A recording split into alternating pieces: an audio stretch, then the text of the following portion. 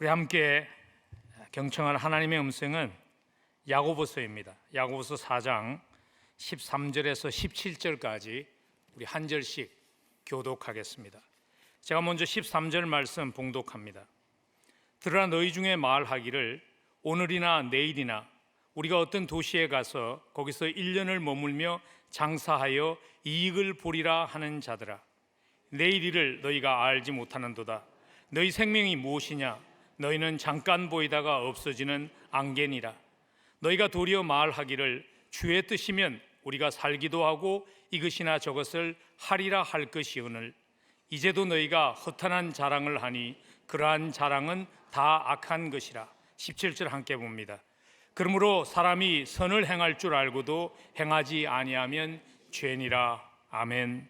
하나님의 말씀입니다. 여러분, 우리 모두에게는 미래가 필요합니다. 왜냐하면 미래가 있다는 것이 우리로 하여금 현재를 소망 가운데 살아가게 하기 때문입니다. 미래가 있기 때문에 우리는 현재의 고난이라는 것을 인내할 수 있는 것입니다. 역사를 보면요, 현재를 의미 있게 살았던 사람들은 모두 미래에 대한 소망을 확실히 가졌던 사람들입니다.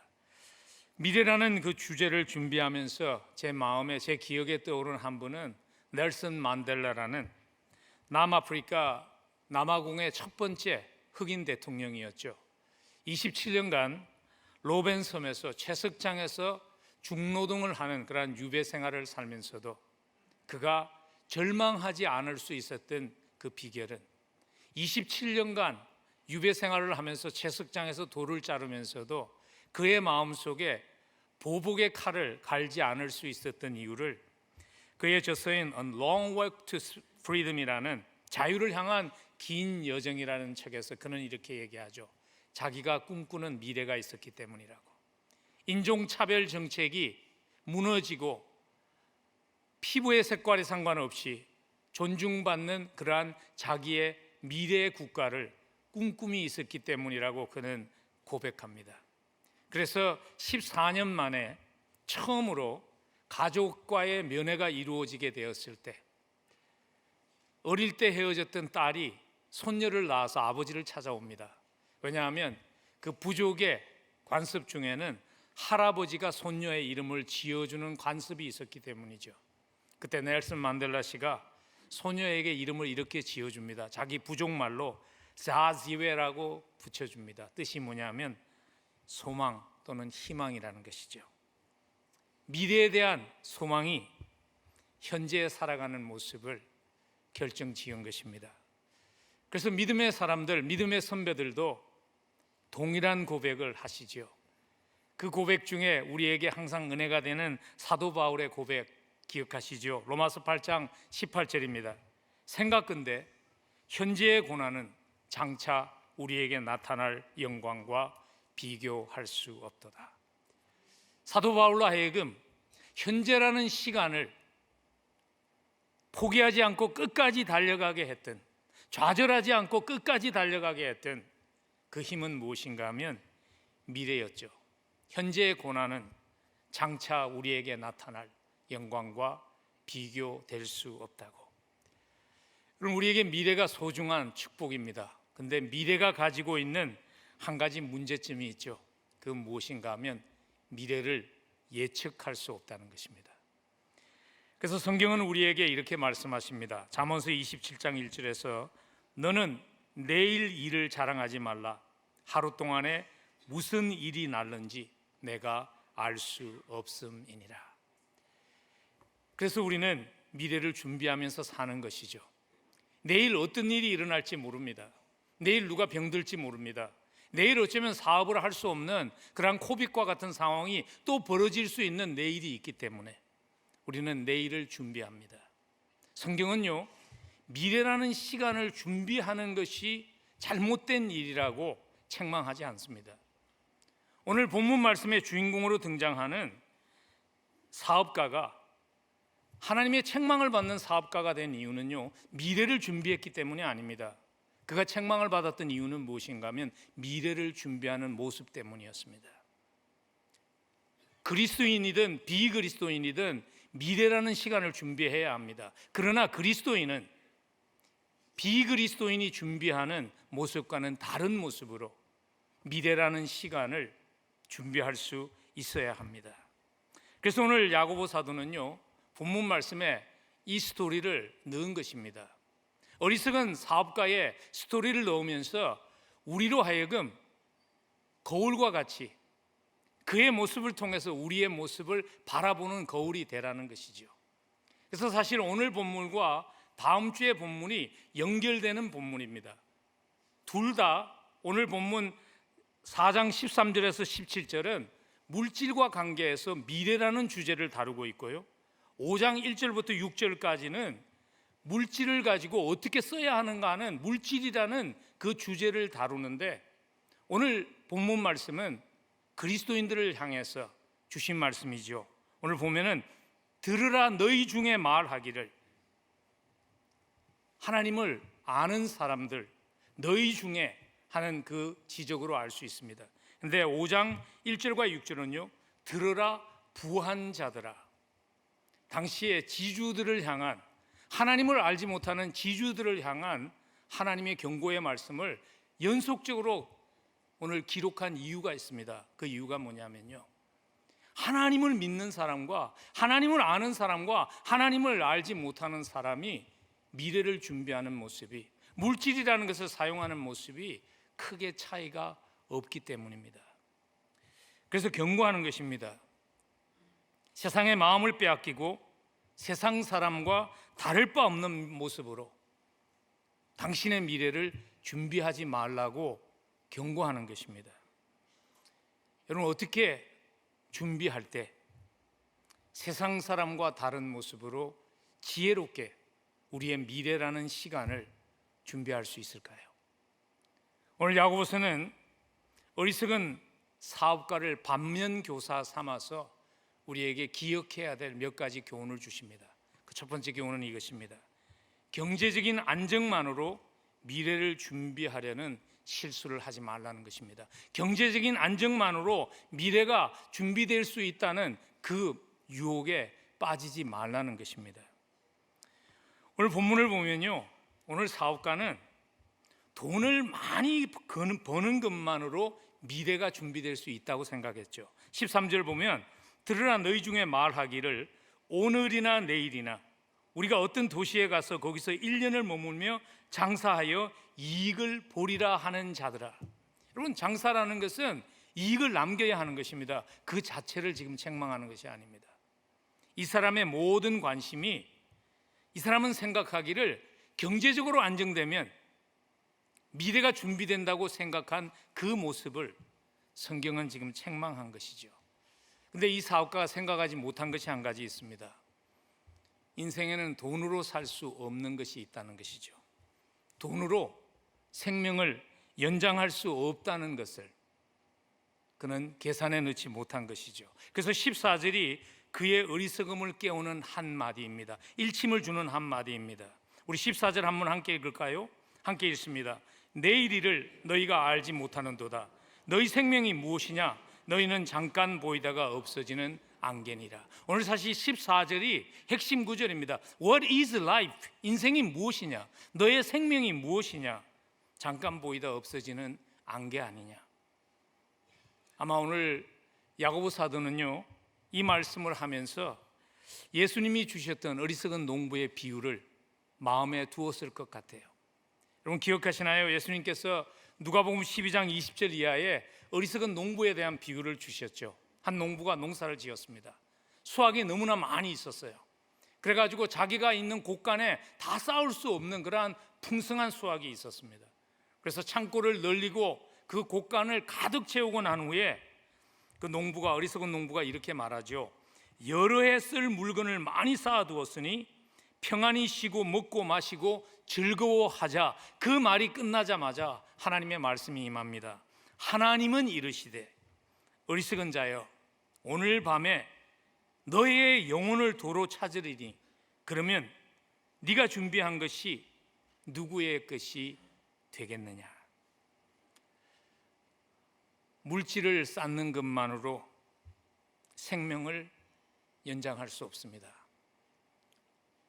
물질의 안정만으로 우리의 미래를 준비할 수 없다는 것이죠.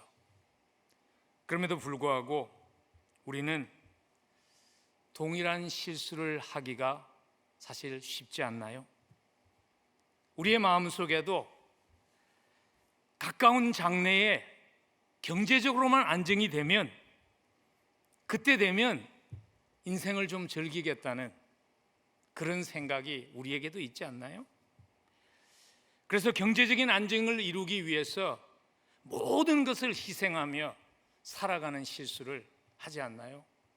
그래서 마침내 경제적인 안정은 이루어졌는지 모르지만 부부는 남남이 되고, 경제적인 안정은 이루어졌는지 모르지만 자식들은 부모의 사랑이 모른 채 장성해서 집을 떠나게 되고, 주변의 사람들도 떠나게 되고, 자기의 건강은 해치게 된 그러한 스토리들이 우리 주변에 많이 있는 것 아닐까요? 저는 사실 그런 한 사람을 만난 적이 있습니다. 꽤나 오래전 얘기인데요.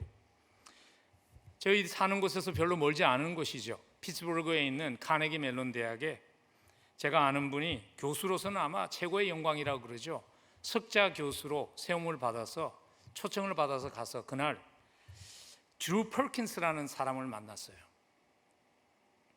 처음 만났을 때 저는 그분이 상당히 나이 많은 분인 줄 알았습니다. 제 생각에 한 60대 말 70대를 접어드는 그러한 연령으로 생각했는데, 총장이 소개를 하더라고요. 너무 사업을 열심히 해서 세파에 시달려서 많이 늙어 보이지만 아직 젊은 사업가입니다, 그렇게 소개를 하더라고요. 그리고 실제로 나이가 저와 같은 그 당시에 40대의 사업가였습니다. 근데 30대에 대성공을 했습니다. 그래가지고 자기가 가졌던 꿈이었던 수천만 달러의 재산을 쌓게 된 거죠. 그러고 나서 큰 자동차 사고가 나가지고 거의 죽을 뻔하고, 여러 번 성형수술을 해서 그나마 얼굴이 그렇게 좀 쭈글쭈글하지만 회복이 된 것이고, 머리도 다 빠지고 다리도 절게 된 것입니다. 돈은 많이 벌고, 그래서 학교에 수백만 달러를 기증할 정도로 사업에 성공했지만요, 그의 가정은 깨어지고, 깨어진 가정 속에서 자라나는 자녀들은 많은 아픔 속에서 살아가고 있는 스토리를 들었습니다. 근데 놀라운 것은요, 총장이 그에게 물어보더라고요. 앞으로 목표가 뭐냐고 물어보니까 드루 퍼킨스가 이렇게 답했습니다. 앞으로의 나의 목적은 억만장자가 되는 것이라고. 저는 그 말을 들으면서 야고보서에 나오는, 또는 누가복음에 나오는 또 한 사람의 어리석은 사업가를 보고 있다는 생각이 들었습니다.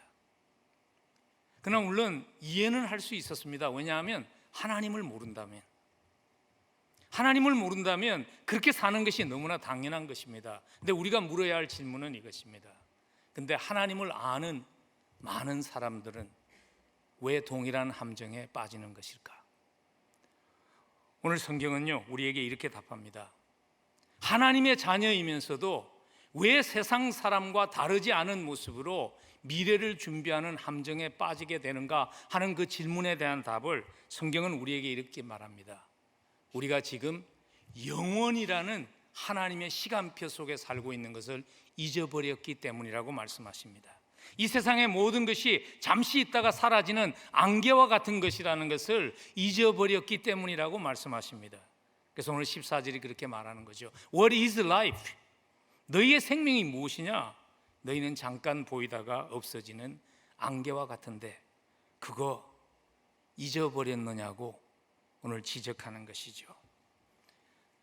여러분, 어떤 시간표 안에서 살고 계신가요? 지금이라는, 잠시 있다가 없어지는 안개라는 그 시간, 안개와 같은 지금이라는 시간이 모든 것인 양 살고 계신가요? 아니면 지금이라는 시간은 잠깐 주어진 시간이지만 나에게는 영원이라는 시간이 있다는 하나님의 시간표 안에서 살아가고 계신가요? 나는 지금 어떤 시간표 안에서 살아가고 있는가를 어떻게 알 수 있을까요? 오늘 하나님의 말씀은요, 나는 지금 안개와 같은 잠깐이라는 그것이 전부인 양 살아가고 있는가, 아니면 영원한 하나님의 시간표 속에서 살아가고 있는가를 알 수 있는 가장 좋은 방법은 무엇인가 하면, 나는 무엇을 자랑하며 살고 있는가를 통해서 알 수 있다고 말씀하십니다. 오늘 지금이 전부라는 거짓말에 속아서 살았던 어리석은 사업가는요, 헛된 것을 자랑했죠. 그래서 16절에 보면 이제도 너희가 허탄한 자랑을 한다고. 우리의 자랑은 무엇인지요? 밴쿠버에서 목회를 하시는 헨리 로빈슨이라는 목사님이 전해주셨던 한 스토리가 많은 생각을 하는 스토리가 되게 했습니다. 저에게. 헨리 로빈슨 목사님이 사실 목회자들에게 생각하게끔 하는 많은 교훈을 주시는 그러한 영적인 지도자의 역할을 했습니다. 근데 그분이 밴쿠버에서 목회를 하실 때 장례식이 났는데요, 장례를 집례하기 위해서 강단 위에 서니까 족지가 하나 올라와 있는 거예요. 보니까 깨알같이 고인의 양력이 하나하나 기록되어 있고 그 밑에 이렇게 메모가 써져 있는 겁니다. 목사님 꼭 잊지 마시고 이 고인의 양력을 오늘 장례식에 참석한 사람들에게 발표해 달라고 메모가 써 있는 거예요. 그 메모를 보았습니다. 보니까 정말 화려한 양력들이 써져 있었는데요, 그가 언제 예수를 만났고 하나님의 나라에서 그가 그래서 무엇을 했는지에 대한 얘기는 한마디도 언급이 없이, 명문대학을 수마쿰나드로 최우등으로 졸업한 것, 박사학위를 어떤 명문대학에서 받은 것, 그리고 그 후에 얼마나 유명한 회사들에서 중력의 역할을 한 것들이 깨알과 같이 써져 있었습니다. 헨리 로빈슨 목사님이요, 그 메모지를 구기면서 이렇게 말씀하셨습니다. 이 모든 것들,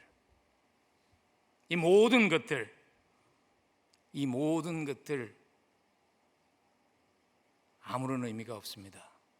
예수를 모른다면, 그리고 예수 그리스도가 알지 못하신다면, 예수 그리스도와 상관이 없는 것이라면 아무런 의미가 없습니다. 이런 것들이 죽음 앞에서 무슨 의미가 있을까요? 그분이 얘기하셨습니다. 여러분, 영원한 시간표 안에서 살아가면 자랑이 변합니다. 우리의 자랑은 무엇인지요? 오늘 야고보서는 영원한 시간표 안에서 살아간다면 이것이 우리의 자랑이 되어야 한다고 야고보서 1장 9절과 10절에서 이미 말씀하셨습니다.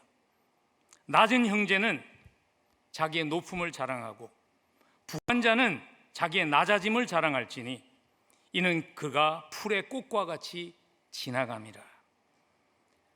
낮은 형제는 자기가 없는 것, 자기의 부족함 때문에 믿음으로 사는 것이 현실에서 이 정도밖에 되지 않는가 불평하기보다는 하나님의 자녀, 하나님의 상속자로 높임을 받은 그것을 자랑해야 하고, 부한 자는 믿음 때문에 살아가면서 종종 어려움을 당하지만 믿는 것이 이거밖에 되지 않는가 의문을 가지기보다는 그리스도의 고난에 동참하는 것으로, 하나님의 상속자 된 것으로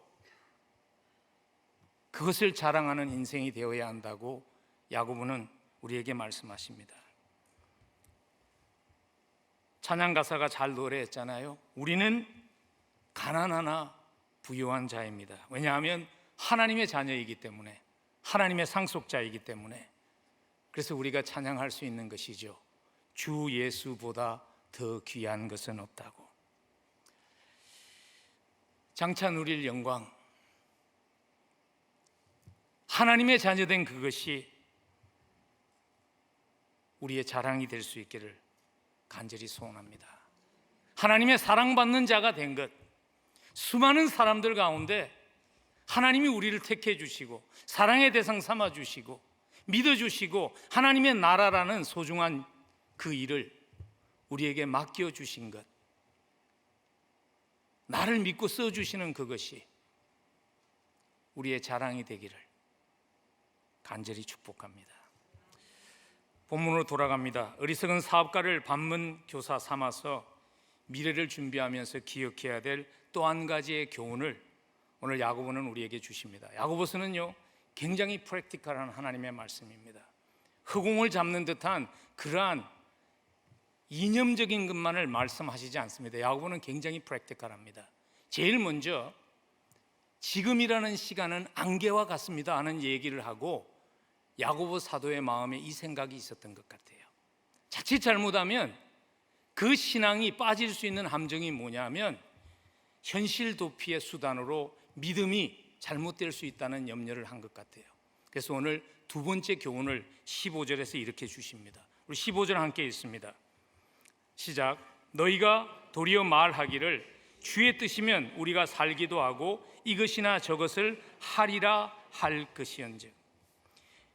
영원한 삶을 마음에 두고 살기 때문에 자칫 잘못하면 빠질 수 있는 함정이 무엇인가 하면 현실 도피적인 삶을, 현실에 충실하지 않은 삶을 살 수 있는 것이죠. 그래서 오늘 미래를 바로 준비하려면 이것을 기억하라는 것입니다. 미래에 집착하다가 현재를 허비하지 말라는 것이죠. 미래에 집착하다가 현재라는 시간을 낭비하지 말라는 것입니다.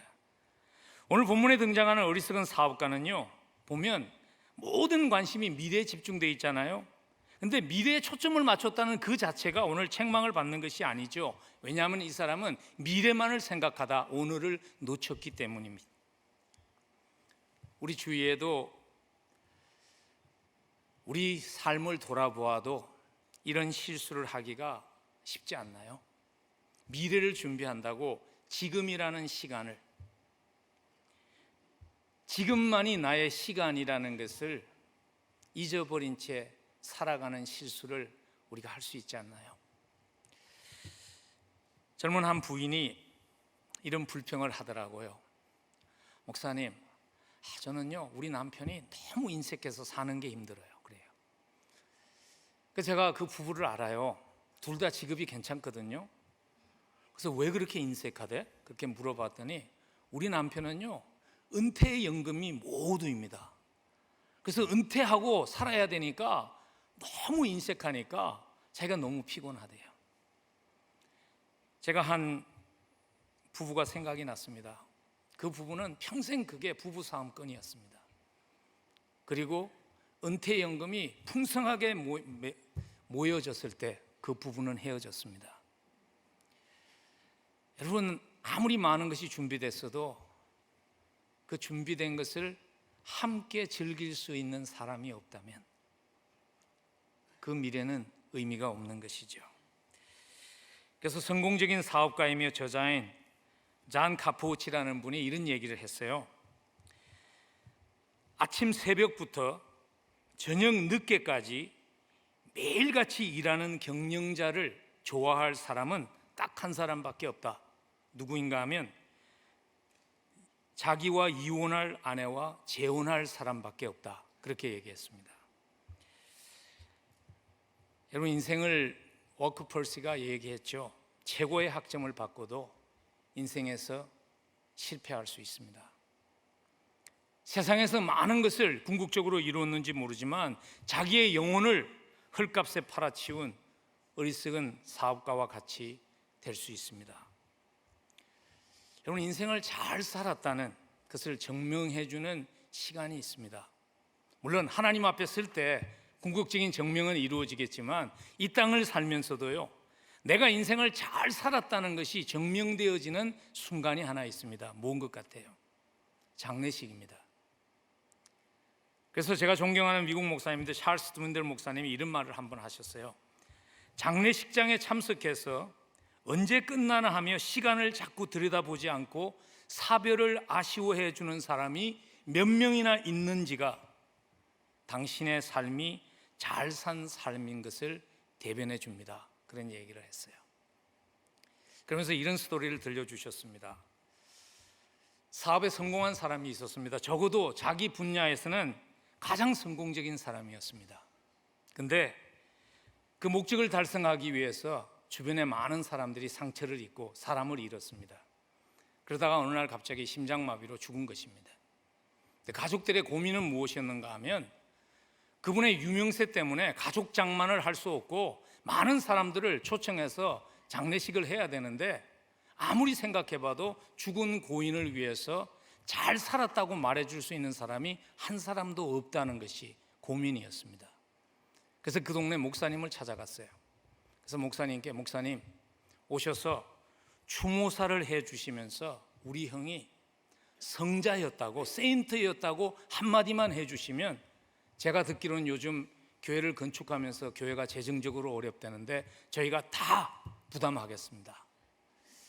그래서 목사님이 고민하다가 그 장례 추모사를 맡았습니다.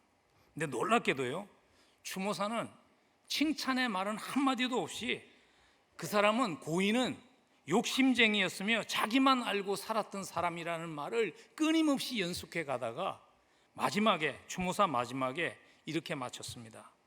사람이 인생을 이렇게 살면 안 됩니다. 이렇게 사는 것은 짐승과 다를 바가 없습니다. 그렇지만 지금 여기 누워있는 이 고인은 여기 앉아있는 동생하고 비교하면 거의 성자입니다. 그렇게 얘기했다고 그래요. 모르겠어요. 성자라는 단어를 썼기 때문에 건축 공급을 했는지 그건 잘 모르겠습니다만은, 그래서 예수님이 여러분 경고하셨잖아요. 누가복음 9장 25절에서 사람이 만일 온 천하를 얻고도 자기를 잃든지 빼앗기든지 하면 무엇이 유익하리요? 안개같이 잠깐 있다가 없어질 것을 얻기 위해서 양심도 저버리고 신앙도 저버리는 것은 그것은 어리석은 선택이라는 것입니다. 여러분, 어떻게 하면 현재라는 시간이 의미 있게 되게 할 수 있을까요? 그 방법은요, 현재 주어진 것들, 현재라는 시간, 현재라는 나 자신, 현재 내 주변에 있는 사람들, 그것을 소중히 여기는 것입니다. 톨스토이가 왕의 세 가지의 질문을 소개했죠. 첫 번째 질문은 이 세상에서 제일 중요한 때는 언제인가? 답은 현재입니다. 이 세상에서 제일 중요한 사람은 누구인가? 지금 만난 사람입니다. 이 세상에서 가장 제일 중요한 일은 무엇인가? 지금 내 옆에 있는 사람에게 선행을 행하는 것입니다라고 그는 답했죠. 하나님의 말씀도 현재가 축복되게 하라고 우리에게 말씀하십니다. 우리 한번 하나님이 주신 말씀 전도서 3장 12절부터 13절 한 목소리로 함께 합독하면 좋겠습니다. 함께 읽습니다. 사람들이 사는 동안에 기뻐하며 선을 행하는 것보다 더 나은 것이 없는 줄을 내가 알았고 사람마다 먹고 마시는 것과 수고함으로 낙을 누리는 그것이 하나님의 선물인 줄 또한 알았도다. 여러분, 현재는 축복입니다. 현재라는 것은 선물입니다. 영어로 현재라는 것을 present라는 단어로 표현하잖아요. 근데 present라는 단어는 현재라는 의미도 있지만 선물이라는 의미도 있죠. 그러면 지금이라는 시간 축복입니다. 오늘 이 자리에도 많은 젊은 분들이 계신데 여러분, 젊음이라는 시간이 여러분들에게 주신 하나님의 선물입니다. 얼마나 감사하며 살아가고 계시는지요. 얼마 전에 젊음을 사기 위해서 수백만의 재산을 투자하고 살고 있는 백만장자 브라이언 존슨의 얘기가 구설수에 올랐죠. 젊어지기 위해서 아들의 피를 수혈받고 여러 가지 테크놀로지, 메디컬 테크놀로지를 쓰고 있는 브라이언 존슨에 대한 얘기. 여러분들에게는 젊음이 있지 않습니까? 근데 그 젊음을 얼마나 감사함으로 지혜롭게 살아가고 있는지요. 사실 젊음이라는 시간이 쉬운 시간은 아니죠. 저도 제 인생을 돌아보면요, 육신적으로 가장 고달팠던 시절이 젊은 시절이었던 것 같아요. 젊음이라는 시간이 uncertain한 시간이죠. 많은 것이 확실치 않은 시간이죠. 나 여러분 잊지 마십시오. 젊음은 축복입니다. 젊음은 하나님을 깊이 경험할 수 있는, 왜냐하면 사람은 uncertain할 때, 모든 것이 확신하지 않을 때 하나님을 더욱더 붙잡을 수 있는 그러한 시간이 젊음의 시간입니다. 이 자리에 자녀를 키운다고 수고하는 분들 많이 계시네요. 보니까 힘드시죠? 자식 키우는 게 참 힘들잖아요. 그래서 조사 결과에 의하면요, 아이들이 사춘기를 지나갈 때 부부 사이의 만족도가 가장 낮아진다고 그래요. 그만큼 애 키우는 게 힘들다는 거죠. 그러나 여러분, 그 시간이 여러분들에게 주어진 하나님의 선물입니다. 하나님의 나라를 펼쳐갈 다음 세대를 준비하는 그 소중한 시간이 여러분들에게 선물로 주어진 것입니다. 언젠가는 머지않아서 곧 떠나게 될 것입니다. 지금 주어진 나의 시간을 지혜롭게 감사하게 쓸 수 있는 그런 우리 부모들이 될 수 있기를 간절히 축복합니다.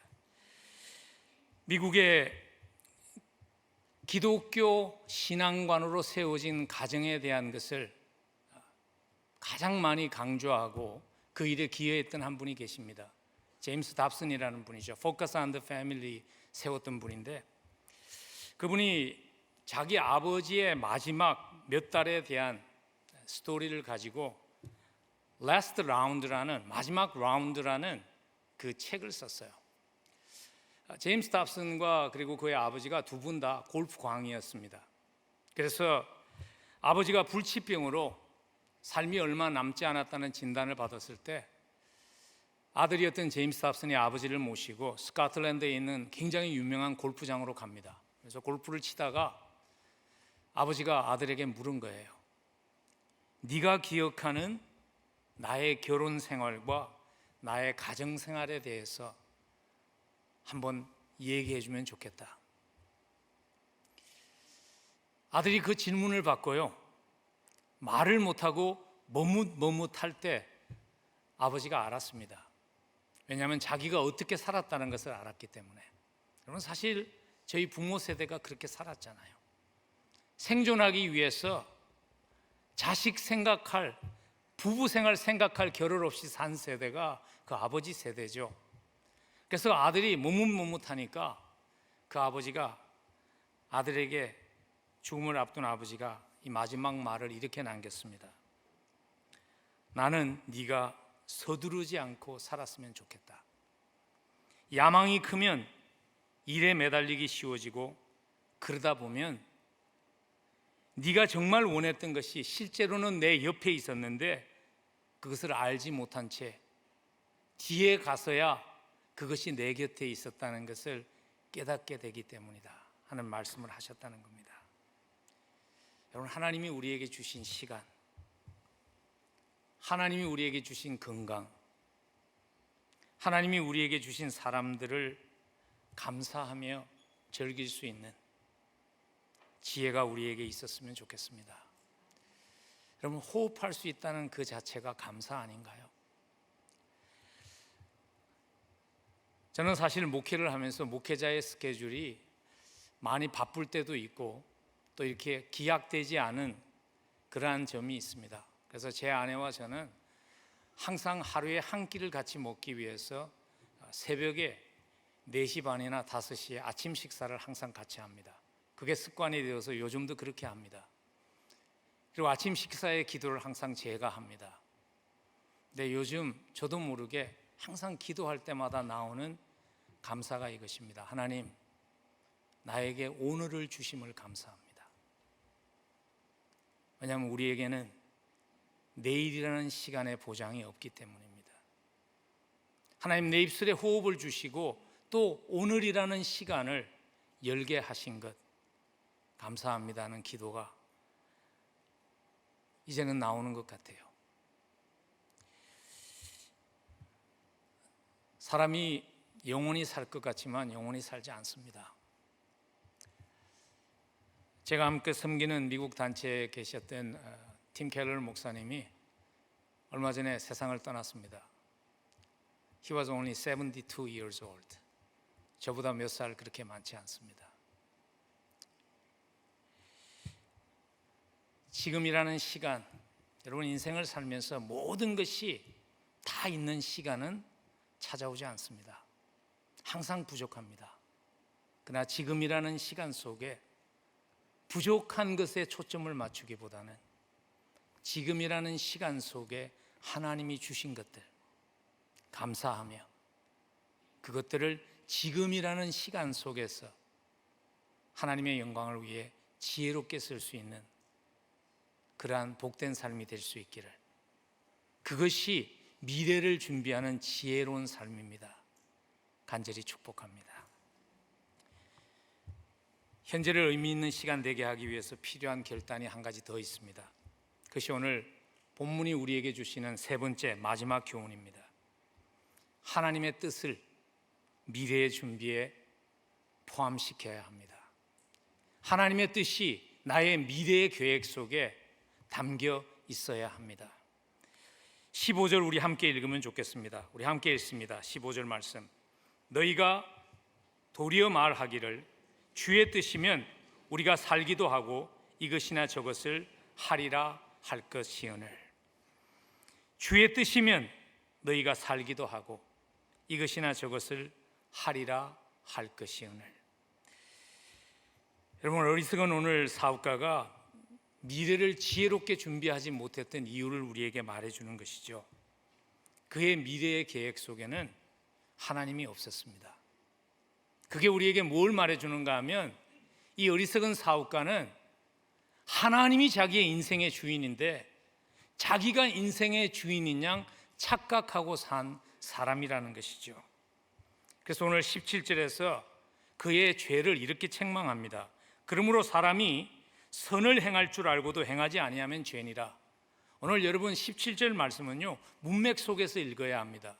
하나님의 뜻을 얘기하다가 선을 얘기하는 그 선의 의미가 무엇인가 하면 착한 일을 하는 그것을 의미하는 것이 아니라 하나님이 나의 인생의 주인이라는 것을 인식하는 그것이 선이라는 것입니다. 그것을 인식하지 못하는 것이 죄라는 것입니다.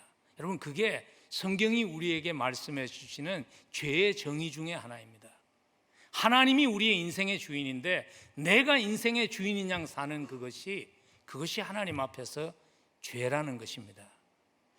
그래서 하나님의 뜻과 아무 상관없이 인생을 살고 나서 그래서 나는 남을 해친 적 없습니다, 하나님 앞에서 잘 살았습니다라고 말할 수 없다는 것입니다. 왜냐하면 우리는 인생의 주인이 아니기 때문입니다. 우리는 하나님의 무대 위에 세워진 조연일 뿐입니다. 그리고 우리에게 맡겨진 시간, 우리에게 주어진 달란트, 우리에게 주어진 모든 것들을 주인이신 하나님의 뜻을 위해서 쓰도록 부름받은 청지기일 뿐입니다. 여러분, 우리는 주인이 아닙니다. 청지기입니다. 근데 여러분, 하나님의 뜻을 이루기 위한 청지기로 부름받았던 그 말씀을 받을 때 여러분의 마음에 어떤 느낌이 들어오나요? 여러분, 성경을 묵상하거나 또는 설교를 들을 때 하나님의 뜻이라는 그 말을 들으면 마음속에 솔직하게 어떤 생각이 들어오시나요? 하나님의 뜻에 대한 나의 솔직한 이해는 무엇인가요? 우리에게 잘 알려진 시인이죠. 스캇 팩이라는 분. 왜냐하면 아무도 가지 않은 길, The Road Less Traveled라는 시로 우리에게 잘 알려진 스캇 팩이 거짓의 사람들이라는 책에서 한 여인을 소개합니다. 샤를린이라는 여인과 상담을 하게 됐는데 이 여인이 상담을 오게 된 이유가 뭐냐면 인생의 모든 것이 다 의미가 없다는 거예요. 삶이 왜 이렇게 의미가 없을까요? 그래서 상담가가 상담을 하다 보니까 놀랍게도 그 샤를린은 하나님을 아는 신앙인이었어요. 그리고 그뿐 아니라 하나님을 위해서 사역마저도 몇 년간 했던 사역자였습니다.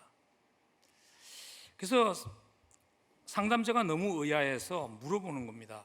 왜 당신이 가르친 그 신앙이 당신에게 아무런 변화를 가져다 주지 못했을까요? 그 질문을 던졌을 때 한동안 침묵하고 있던 그 여자분이 폭발하듯 이렇게 외쳤습니다.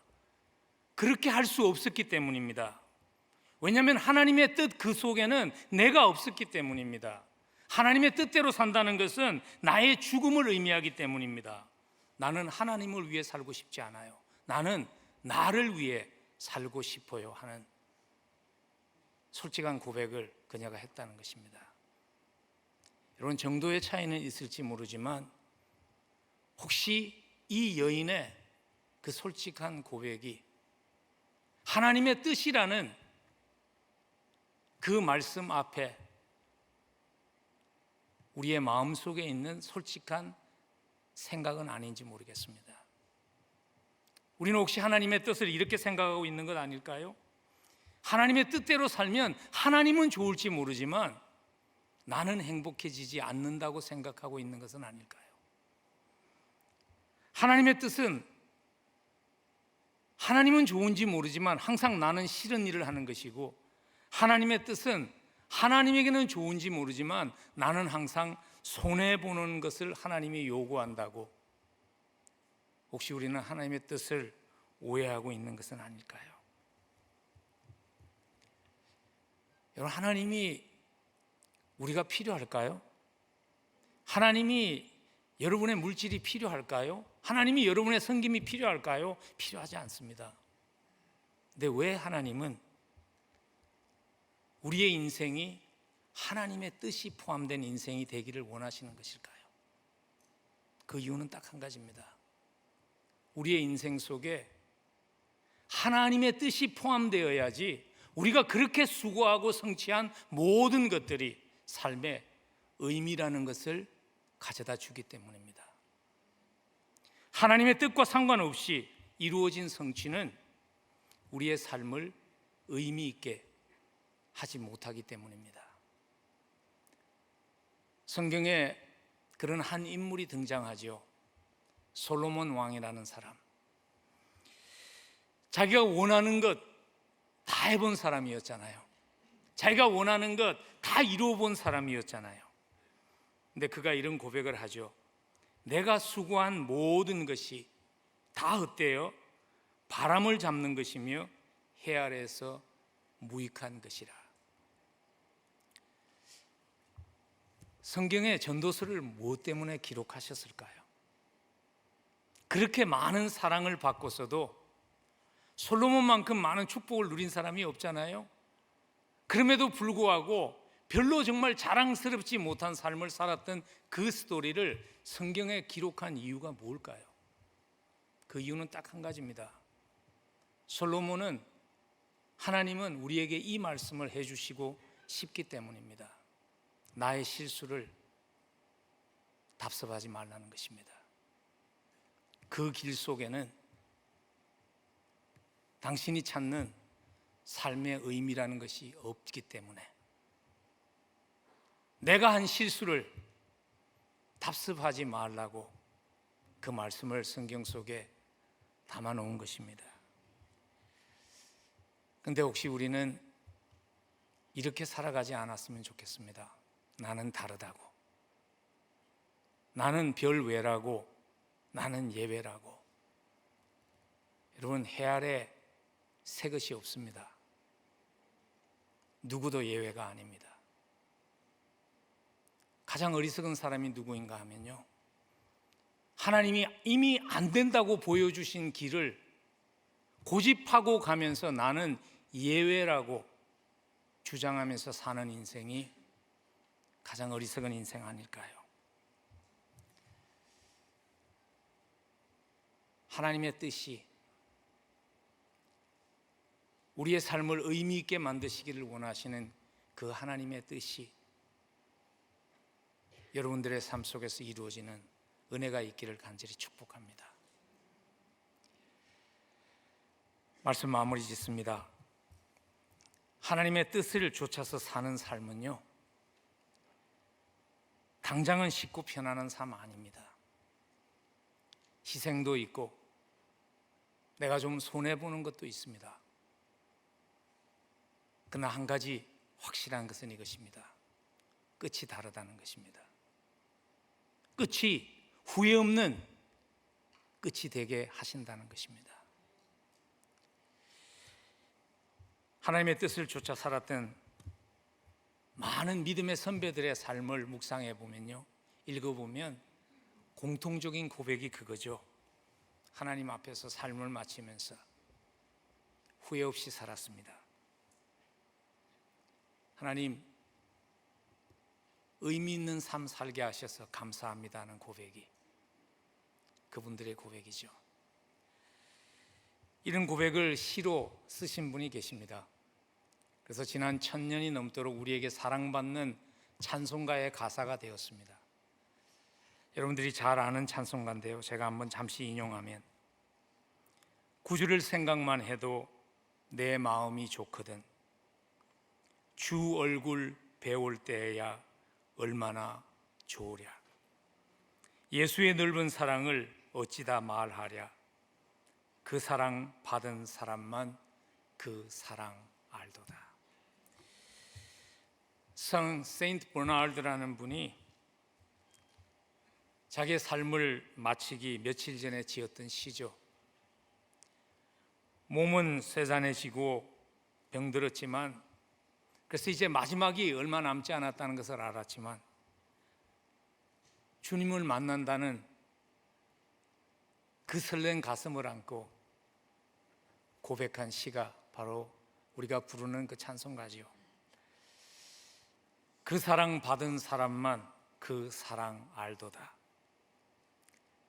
세상이 알지 못하는, 자기만 아는 하나님과의 사랑의 추억이 있는 삶은 복된 삶 아닐까요? 저는 우리 모두의 삶이 그런 삶이 되면 좋겠습니다.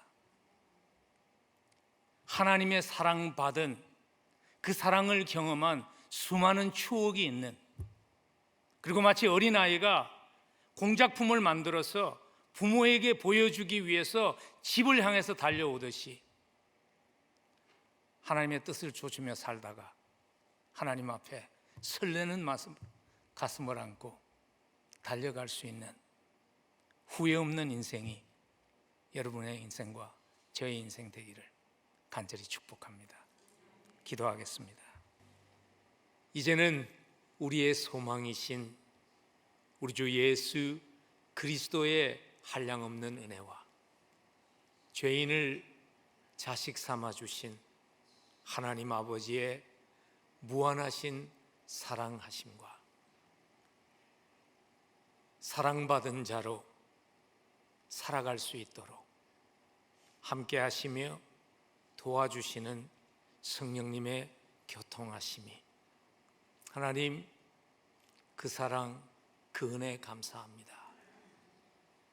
이번 한 주간도 하나님을 마음에 두고 세상에 있지만 하나님의 자녀답게 살아갈 수 있도록 은혜를 허락하여 주옵소서. 기도하며 이 자리를 떠나는 사랑하는 성도들의 삶 위에와 그들의 가정과 그들의 생업 위에, 그리고 하나님의 몸된 교회 위에 지금부터 영원까지 함께 하시옵기를 간절히 축원하옵나이다.